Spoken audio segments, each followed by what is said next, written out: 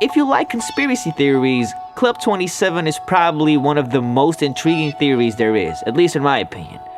It revolves around young people who have achieved an enormous amount of fame and then die at the age of 27. Not 28, not 29, but exactly 27. Kurt Cobain, Tupac, Amy Whinehouse, and the list goes on and on and on.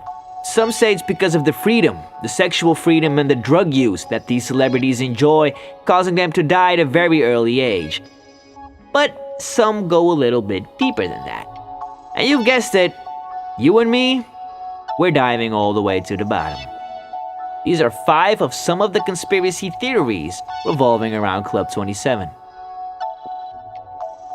A pact with the devil. This is probably the most popular conspiracy theory that revolves around Club 27. It is believed that all the members have signed a contract with the devil to achieve fame and fortune, starting with blues musician Robert Johnson. The theory goes that Johnson had no talent at guitar, but he strived for major success. It has been told that Johnson heard a voice one night. The voice told him to visit the crossroads by Dockery's plantation at midnight. Johnson was met by a large black man who apparently was the devil in disguise. The big man took Johnson's guitar from him, tuned it, and then returned it to him. But of course, there was the classic catch. If he wanted the guitar, he had to exchange his soul. In 1938, Johnson actually did, and died at the age of 27. According to an anonymous satanic high priestess, all members of the Club 27 since Johnson have promised fame and fortune to the devil and all pay with their soul and teach youth to serve Satan. She claims that musicians hold special ceremonies during their recording sessions where they place satanic blessings on their music. These blessings call for demons when the music is played, affecting the person who's playing the music and anyone who's listening to it. This is probably the most discussed theory out there regarding Club 27 or any celebrity for that matter. Just type in your favorite artist or celebrity at the moment and chances are pretty big that you'll find a YouTube video or a video on any other streaming site which will explain why your artist is actually a part of the Illuminati or is worshipping the devil because their music videos are supposedly littered with devilish signs or signs of Illuminati. Some will discuss that these signs have been put there deliberately for us to discuss so they can get more views as part of one big marketing scheme.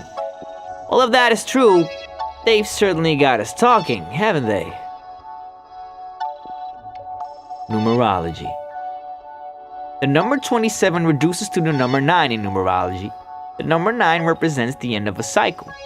These transitional cycles are highly charged and can be too much for some to handle. When faced with the discomfort of the unknown, many will turn to drugs and alcohol to cope or seek a way out through suicide or engage in reckless behavior that ends up in crossing the line. But this is oversimplified. To understand the 27 Club phenomenon, numerologists also look at the life path numbers, period cycles, and pinnacle cycles. Without getting too technical, the theory is that when all these numbers and cycles align at the age of 27, death might be well around the corner. The thing with numerology is that this is still a study. There's no definite proof what these numbers mean or how they move. Could it be a work of God or the universe or whatever label you want to put on it? Or is it just that numbers really don't lie? The Erikson Explanation. Is it possible that the deaths of Club 27 are more psychological in nature? Perhaps, yes. German psychologist Erik Erikson developed a theory about the 8 stages of psychological development, which happen from birth to 65 and older. According to Erikson's theory, the psychological crisis that occurs between the ages of 18 and 35 is the struggle between intimacy and isolation. People who are in this stage might ask themselves questions similar to, will I share my life with someone or will I be alone forever? Theoretically, a person in this stage is prone to substance abuse and isolation. Where the majority happens to be creative types like musicians, they might find it impossible to pass through this crisis, which may result in them losing their selves and even their lives. This all happens to be around the age of, you guessed it, 27. A good example of this is Amy Whinehouse, rest in peace. There were multiple facets and factors that led to her death, but One thing remained constant, and that is that she couldn't get over her ex-boyfriend. This actually coincides with the Erikson theory that she couldn't actually cope with the stress, which led to substance abuse, which led to negligence of herself, and which ultimately led to her death. I can imagine that after this video, this is the theory you'll probably support the most, because this is something we can rationalize about. An artist is a fragile person. When he or she gets hurt, she'll either write a song about it or get lost in her emotions. We've seen that from Shakespeare to any artist today. Just keep in mind that these are conspiracy theories, and nothing is too crazy when it comes to a theory. The White Bic Lighter. The myth of the white lighter and why they are so unlucky is based on 4 famous revolutionary musicians of the second half of the 20th century. Jim Morrison, 1971, Jimi Hendrix, 1970, Janis Joplin, 1970, and Kurt Cobain, 1994. They were all left-handed and all died at the age of 27. All of their autopsies reported that a white Bic lighter was found in their pockets. This is why it's said that white lighters are unlucky. So, in short, if you're 27 years old, you have a white lighter, and you're left-handed, don't use it. You'll die. However, out of these 4 stars, only Kurt Cobain died after the Bic lighter started production. That is in 1972.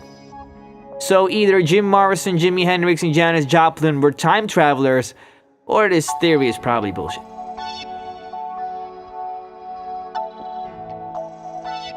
Drug decay. Most of the members of Club 27 have a history of drug abuse.